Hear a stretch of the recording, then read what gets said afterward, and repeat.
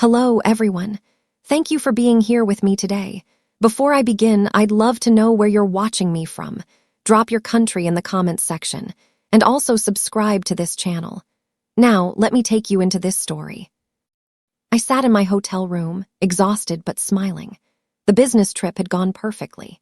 3 days of presentations, and I'd closed the biggest deal of my career. My fingers trembled slightly as I pulled out my phone to FaceTime Marcus, my husband. It was almost midnight, but I needed to hear his voice. I needed to share this victory with the man who'd supported me for 5 years. The call connected, and Marcus's face appeared on screen. Something felt wrong immediately. His eyes darted sideways. Camera shook in his hand. "Hey, babe," he said, his voice tight and strained. Behind him, I could see our bedroom, the cream-colored walls we'd painted together last spring. "You okay?" I asked, leaning closer to the screen. "You look nervous." He forced a laugh that sounded hollow. "Just tired. How was the presentation?" Before I could answer, he shifted position and the phone tilted. In the mirror behind our bed, I saw her, my sister, Lily, completely naked, standing right there in my bedroom. My coffee cup slipped from my hand and shattered on the hotel floor. The screen went black. Marcus had hung up. I stared at my phone, watching brown liquid spread across the carpet. My mind refused to process what I'd just seen. It couldn't be real. It couldn't be Lily. Not my baby sister. Not in my bed. My phone buzzed. A text from Marcus. "It's not what it looks like." I read those 6 words over and over. My hands shook so badly I could barely hold the phone. What else could it possibly look like? I'd seen her reflection clearly. Her blonde hair, her small frame, the tattoo on her shoulder that I'd paid for on her 21st birthday. I called Lily. Straight to voicemail. I called again and again. On the 5th try, a text came through. "Please don't call me. Let me explain." Explain what? How she ended up naked in my house while I was away. My heart pounded so hard I thought it might break through my chest. I stood up, packing the small hotel room. Another text from Lily appeared, a photo of her crying. Behind her, I could see my bedroom curtains, the blue ones with white flowers. She was still there, still in my house. I booked the earliest flight home, 4 a.m. departure. I barely slept, replaying that mirror reflection in my mind. Every detail burned into my memory. At dawn, I was on the plane, gripping the armrest so tightly my knuckles turned white. The 3-hour flight felt like 3 days. When I finally pulled into my driveway, everything looked normal. The lawn freshly mowed. Marcus's truck parked in its usual spot. Our golden retriever, Bailey, watching from the window. I used my key quietly, pushing the door open slowly.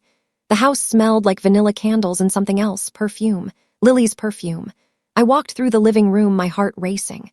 Voices came from the kitchen. Laughter. I stopped at the doorway and saw them, Marcus and his mother, Marion, sitting at my kitchen table eating dinner. Wine glasses, pasta. They looked up when I entered. Marion's face broke into a cold smile. She dabbed her mouth with a napkin, taking her time. "Ava," she said smoothly. "You shouldn't have come back so soon." Marcus stood up quickly, his chair scraping against the floor. "Babe, let me explain." "Where is she?" I cut him off. My voice came out steadier than I felt. "Where's Lily?" Marion sipped her wine, watching me like I was a curious insect. "Ava, you're being dramatic," she said. "Sit down, let's talk like adults." "I saw her," I said, looking straight at Marcus. "I saw her in the mirror, naked, in our bedroom." Marcus's face went pale. He glanced at his mother, then back at me. "You misunderstood everything," he said, his voice shaking. "It wasn't what you think." "Then what was it?" I demanded. Marion set down her wine glass with a sharp clink. "You've always been paranoid, Ava, always accusing Marcus of things. It's exhausting." I felt like I was going insane. They were gaslighting me in my own kitchen. Marcus ran his hand through his hair. "Okay, fine," he blurted out. "It was a mistake, a one-time mistake." A sound came from upstairs. Footsteps. My eyes shot to the ceiling, then back to Marcus. "She's still here," I whispered. I ran up the stairs, taking them 2 at a time. My bedroom door was closed. I threw it open and found Lily standing by my dresser, wearing my bathrobe. She spun around, eyes red from crying. "Ava, please, get out," I said. My voice was barely a whisper. She took a step toward me, hands outstretched. "You have to understand, it just happened. Marcus was lonely and I was confused and—" "You're my sister," I screamed. The words tore out of my throat. "Slept with my husband in my bed." Lily's face crumpled. She sobbed into her hands, mascara running down her cheeks. I know it's horrible, but Ethan confused affection with—" His name is Marcus," I shouted. You can't even get his name right, she flinched. Behind her, I saw the bed sheets changed, but I knew what had happened there. Lily grabbed her clothes from the chair and rushed past me. At the doorway, she stopped and whispered, "Mom told me you'd ruin everything." Then she was gone. I stood frozen. Mom, our mother knew. I heard the front door slam. My legs gave out and I sank to the floor. 20 minutes later, I was driving to my parents' house. My knuckles were white on the steering wheel. Rain started falling, matching my tears. I barely remembered the drive. When I pulled up, my mother's car was in the driveway. I walked straight in without knocking. Mom was in the kitchen washing dishes. She turned when she heard me and her face went pale. "Ava, you knew," I said. It wasn't a question. She dried her hands on a towel, avoiding my eyes. "Sweetheart, I didn't want to interfere in your marriage." "Interfere?" I laughed, a bitter sound. "She slept with Marcus, Mom, my husband, and you knew." She wrung the towel in her hands. "Lily came to me 3 weeks ago. She was confused about her feelings. I told her it would pass." 3 weeks, my voice broke. "This has been going on for 3 weeks. Mom walked to the counter and picked up an envelope. Her hands trembled as she held it out to me. "Marcus came here yesterday. He said to give you this, if things got bad." I ripped open the envelope. Inside were divorce papers, already signed by Marcus. My hands shook as I flipped through the pages. Property transfer notices, legal documents I didn't understand. The house, our house, was listed in Marcus's name only. How was that possible? We'd bought it together. My signature was on the mortgage. I looked up at my mother. "Did you know about this too?" She wouldn't meet my eyes. That was answer enough. At the bottom of the stack, I found a document that made my blood run cold. A psychiatric evaluation report. It claimed I'd been displaying erratic behavior, paranoia, emotional instability. It was signed by a doctor I'd never met. Marion's doing. She'd been planning this. They all had. I was going to lose everything, my husband, my home, my sanity in the eyes of the law. My mother reached for my hand. "Ava, maybe you should just sign them, make it easy on yourself." I pulled away from her touch. Then I remembered something. The business account. The company Mucka's and I had started together 3 years ago. My name was still on that account. I had access to everything. That night, I waited until Mucka's and Murran left the house. I watched from my car down the street as they drove away together. Then I used my key to get back in. Bailey greeted me at the door, tail wagging. At least someone was happy to see me. I went straight to Mucka's office. The door was locked, but I knew where he kept the spare key, inside the fake rock by the back door. His office was neat, organized. Too organized. I started with his computer, but it was password protected. Then I tried his filing cabinet. The bottom drawer was locked. I found a letter opener and put it open. Inside were folders, bank statements, transfer receipts, copies of checks. Mucka's had been moving money from our business account into a personal account I'd never seen before. Thousands of dollars, tens of thousands. My heart pounded as I photographed every document with my phone. Then I found something that made my stomach drop. A transfer receipt with Lily's name on it. Mucka's had sent her $15,000 2 months ago. I sat back in his chair, staring at the evidence. This wasn't just an affair. This was planned, coordinated. They'd all been plotting against me. I called Nicole at 2 in the morning. She was my best friend from college, now a lawyer specializing in family law. She answered on the third ring, voice groggy. "Ava, what's wrong?" I told her everything. The video call, Lily, the divorce papers, the money. When I finished, there was silence on the other end. "Ava," Nicole finally said, her voice sharp and awake now. "Don't sign anything, don't say anything to anyone. Can you come to my office first thing tomorrow?" "Yes," I whispered.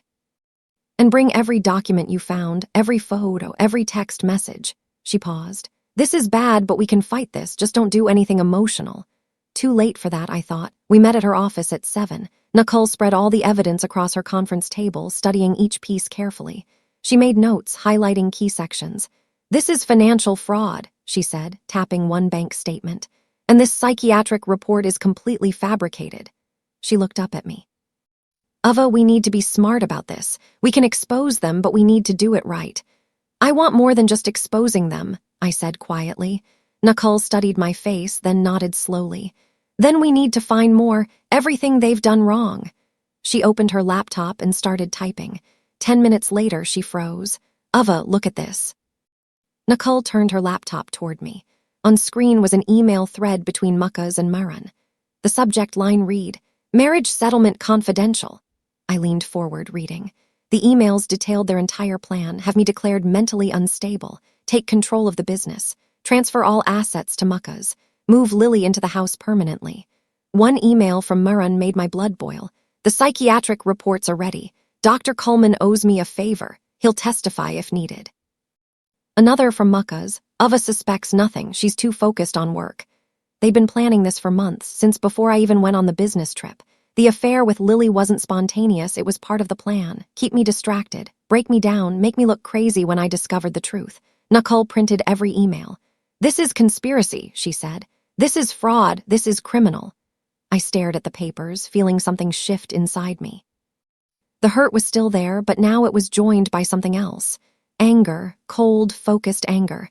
If they think I'm crazy, I said slowly, I'll show them how dangerous crazy can be.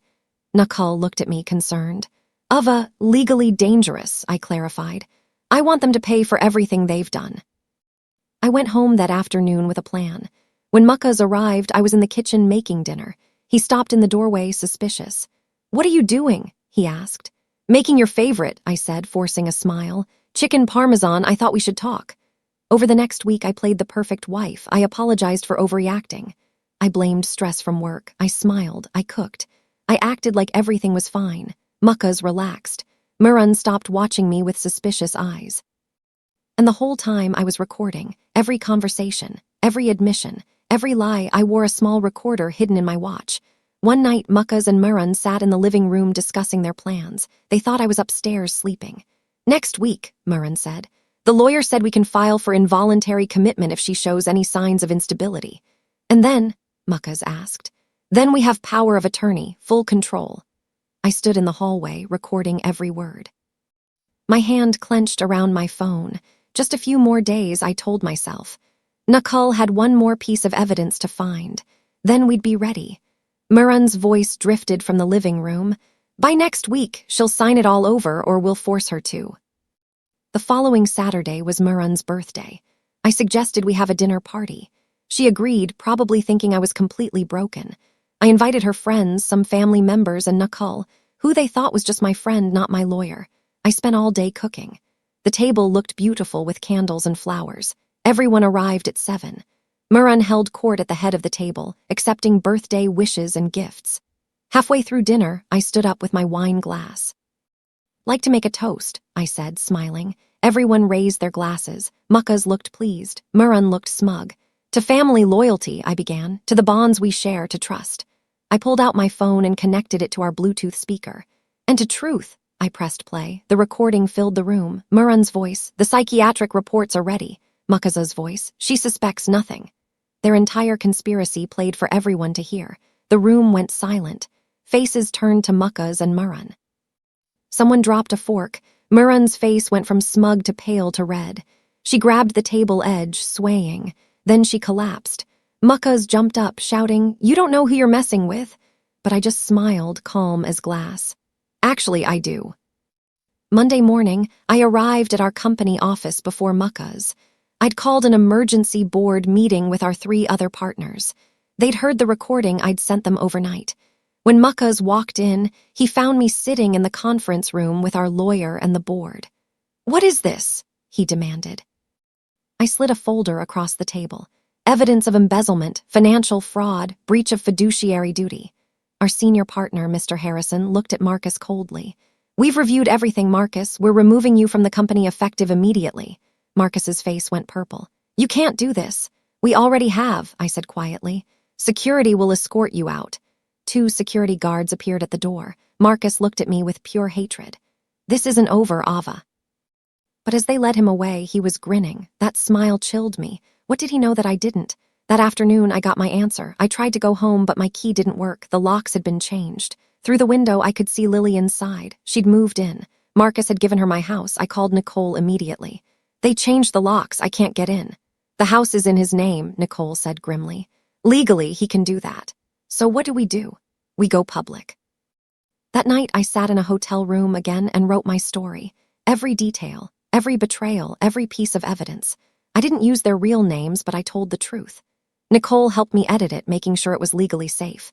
Then I created a private YouTube video and shared the link on social media. By morning, it had 10,000 views. By noon, 50,000. By evening, it had gone viral. Messages flooded my inbox. Women sharing their own stories of betrayal. News outlets requesting interviews. And Marcus's company, the one I'd built with him, was drowning in negative publicity. Their biggest client pulled out. Sponsors dropped them. The company's stock price plummeted. My phone rang. It was Marcus, screaming, "You're destroying everything we built." "No," I said calmly. "You did that when you chose Lily over me."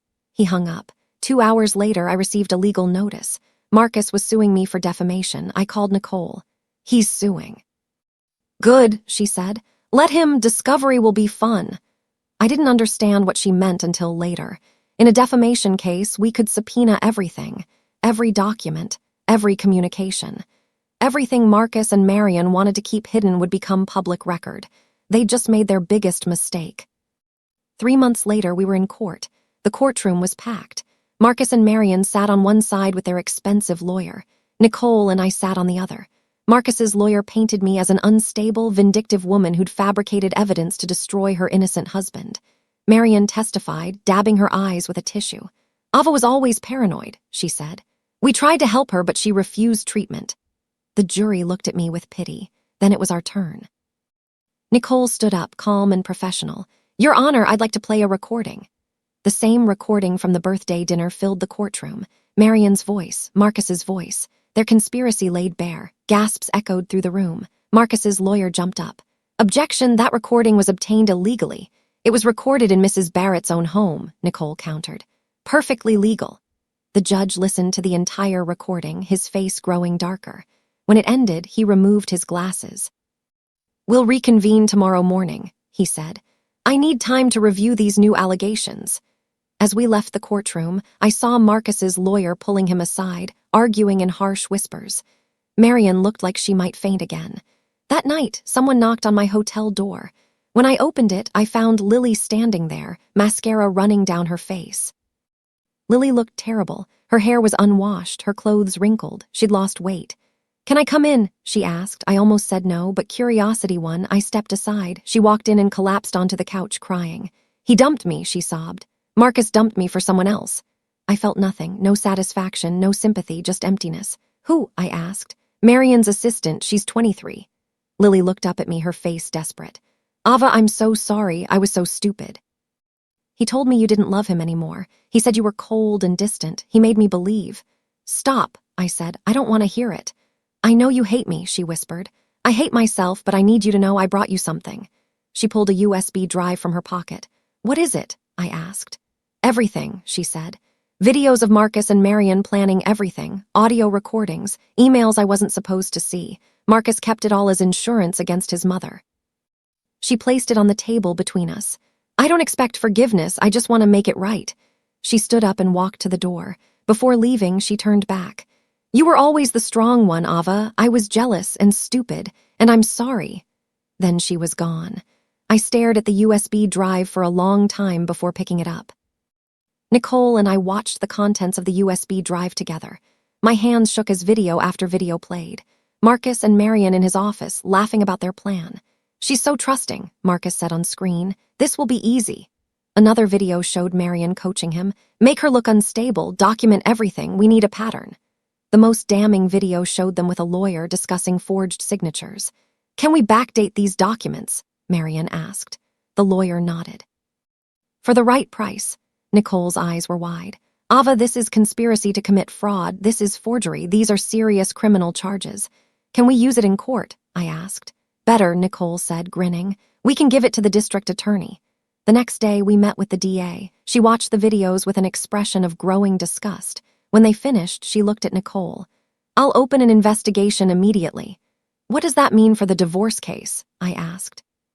"It means," the DA said, "that your husband and his mother are about to have much bigger problems than a defamation lawsuit." 2 days later, Marcus and Marion were arrested. The charges: conspiracy to commit fraud, forgery, identity theft, and embezzlement. I watched the news coverage from my hotel room, Bailey curled up beside me. It was over, really over. The trial lasted 3 weeks. I had to testify, reliving every moment of betrayal. But this time I wasn't alone. Nicole sat beside me.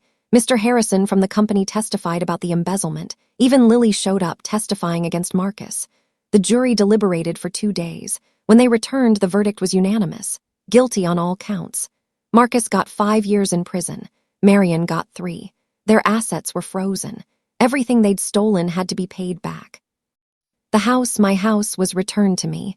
The business was fully mine. The judge also threw out the divorce papers, ruling they were obtained through fraud. Marcus would have to file again, and this time I'd keep everything. Outside the courthouse, reporters swarmed. "How do you feel?" they asked. I looked directly at the camera. "I feel free." That night I went home, really home for the first time in 6 months. Bailey ran through the rooms, tail wagging. I walked through each space, reclaiming it. In the bedroom, I stripped the bed completely. Tomorrow I'd buy all new furniture, new sheets, new memories. My phone rang. It was a publishing house. They wanted to buy my story. "We think this could really help people," the editor said. "Would you be interested?" I looked around my bedroom at the space I was taking back. "Yes," I said. "I'm interested." The next few months were surreal. I wrote a book about everything that happened, not for revenge, for healing. The publisher released it 6 months later. It became a bestseller overnight. Women reached out from everywhere, sharing their own stories of betrayal and survival. I started getting speaking requests. First local women's groups, then bigger conferences. I stood on stages and told my story, watching faces in the audience light up with recognition and hope. "The worst thing they did to me," I said at one conference, "became the best thing I ever did for myself." After one speech, a young woman approached me crying. "My husband is having an affair with my cousin," she whispered. I thought I was going crazy. I held her hands. "You're not crazy, and you're stronger than you know." I gave her Nicole's card and watched her walk away with her head a little higher. Meanwhile, Marcus sent letters from prison. Long, rambling letters begging for forgiveness. I never opened them. I returned them unopened, every single one. Lily tried to reconnect too. She'd moved to another state and was in therapy. Her letters were different from Marcus's, filled with genuine remorse and no excuses. I read them, but I didn't respond. Not yet. Maybe someday, but not yet. The wound was still too fresh. 1 year after the trial, I sold the house. Too many bad memories lived in those walls. Instead, I bought a small cottage by the ocean. It had a blue door, a wraparound porch, and a yard big enough for Bailey to run. I spent my first morning there on the porch, drinking coffee and watching the sunrise over the water. The documentary crew was coming next month. A major streaming service wanted to tell my story. Nicole warned me it would bring everything back up again. "Are you sure you're ready?" She asked. I thought about the woman I'd been, the one who believed her husband loved her, the one who trusted her sister, the one who would have stayed quiet to keep the peace. "I'm not that person anymore," I told Nicole. "I'm ready." The documentary premiered on a Tuesday. I watched it alone in my cottage, Bailey's head in my lap. Seeing it all played out, the video call, the confrontation, the trial, was harder than I expected. But when it ended, I felt lighter. That chapter was closed. Officially, publicly closed. The next day, my phone exploded with messages. The documentary had sparked a national conversation about betrayal, family trauma, and recovery. I was invited to speak at universities, write articles, and appear on morning shows. But more importantly, women reached out. Hundreds of them. Thousands. Sharing their stories. 2 years after everything fell apart, I stood in a bookstore signing copies of my second book. This one wasn't about Marcus or Lily or betrayal. It was about healing, about rebuilding, about finding yourself after you've been shattered. A woman approached my table, probably in her 50s. She held the book to her chest. "Thank you," she said simply. "For what?" I asked. "For showing me I wasn't alone, for showing me there's life after betrayal." She handed me the book to sign. "My husband left me for my best friend 3 years ago. I thought my life was over, but then I read your story." I signed her book. "You're stronger than you know." Ava, as she walked away, I felt that familiar sense of purpose. This was why I'd shared my story, not for revenge, not for attention, but to help others find their way out of the darkness. That evening, Nicole called. "Marcus is up for parole." My stomach tightened. "Already?" "Good behavior, but there's a hearing. They want to know if you'll make a statement." I thought about it for a long time. Part of me wanted to go to make sure he stayed locked up, but another part, the healed part, knew I didn't need to. "No," I said finally. "I don't need to see him. Whatever happens, it doesn't affect me anymore." 3 years later, I adopted a rescue dog, a small terrier mix named Scout. Bailey loved having a companion. I started teaching creative writing classes at the local community college. My students were mostly women, many of them survivors of trauma. We wrote our stories. We shared them. We healed together. One afternoon, I received a letter. The return address made my breath catch. It was from Lily. I almost threw it away, but something made me open it. Inside was a single page. Ava, I don't expect you to forgive me. I don't deserve it. But I want you to know I've been in therapy for 3 years. I'm facing what I did and why I did it. I'm learning to be a better person. Not for you, for myself. But you should know you were always the person I wanted to be. Strong, successful, good. I tried to tear you down because I couldn't build myself up. That was wrong. I'm not asking for anything. I just wanted you to know that watching you survive what I helped do to you has taught me more about strength than anything else in my life. Thank you for showing me what real courage looks like. I folded the letter and put it in a drawer. I still wasn't ready to respond. But for the first time, I felt something besides anger toward her. Maybe not forgiveness, but understanding. 4 years after the video call that changed everything, I met someone. His name was James. He was a teacher, kind and patient. He had 2 kids from a previous marriage. We met at a school fundraiser where I was speaking. He approached me afterward. That was incredibly brave, he said, sharing your story like that. Thank you, I said. I'm a single dad, he continued. My ex-wife left us for someone else. Your story helped me explain to my kids that it wasn't their fault. That sometimes adults make terrible choices. We talked for an hour, then 2 hours. He asked for my number. I hesitated, old wounds running deep, but something about his steady gaze made me say yes. We took things slowly. Coffee dates, walks on the beach with the kids and dogs. He never pushed, never rushed. 6 months in, he met Nicole. He's good for you, she said after dinner. You seem happy. I am, I realized. I didn't think I could be again, but I am. James proposed a year later. Simple and honest on my porch at sunset. I can't promise I'll never hurt you, he said. But I can promise I'll never betray you, and I'll spend every day trying to deserve your trust. I said yes. We got married in my backyard, surrounded by close friends. Nicole was my maid of honor. James's kids were in the wedding party. 5 years after Marcus destroyed my life, I stood on a stage in New York City. I'd been invited to speak at a women's empowerment conference. 5,000 people filled the auditorium. 5 years ago, I began, I thought my life was over. My husband betrayed me with my sister. My mother chose her side. I lost my home, my family, my sense of self. The room was silent. But here's what I learned. The worst thing they did to me became the catalyst for the best version of myself. I talked about the pain, the healing, the choices we make when everything falls apart. You don't have to let betrayal define you, I said. You can let it refine you instead. The standing ovation lasted 5 minutes. Afterward, women lined up to talk to me. Each one shared her story. Each one thanked me for sharing mine. That evening, I video called James.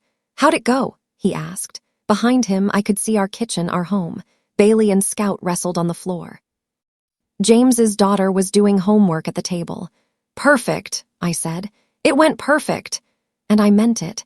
This life I'd built from the ashes, this was perfect. Not because it was easy or painless, but because it was real. It was mine. And nobody could take it from me. Today, 7 years after that terrible video call, I woke up in my coastal cottage. James was already up making coffee. The smell drifted into our bedroom. Through the window, I could see the ocean. Bailey and Scout were barking at seagulls. James's kids would arrive this weekend. We'd have a barbecue on the beach. Normal, beautiful. Mine, my phone buzzed. Another message from someone who'd read my book. Another woman finding her courage. Another life touched. I responded with encouragement, then put my phone away. I walked out to the porch with my coffee. The sunrise painted the sky pink and gold. 7 years ago, I'd sat in a hotel room watching my marriage die on a video call. I'd thought that was the end. But it was just the beginning. The beginning of finding my real family. The beginning of understanding my worth. The beginning of a life built on truth instead of lies. Marcus took my trust. Lily took my innocence. Marion took my peace. But I took my power back. And I built something beautiful with it. The ocean stretched before me, endless and free, just like my future. I smiled, sipping my coffee. This was my happy ending, not because someone rescued me, but because I rescued myself. And that made all the difference.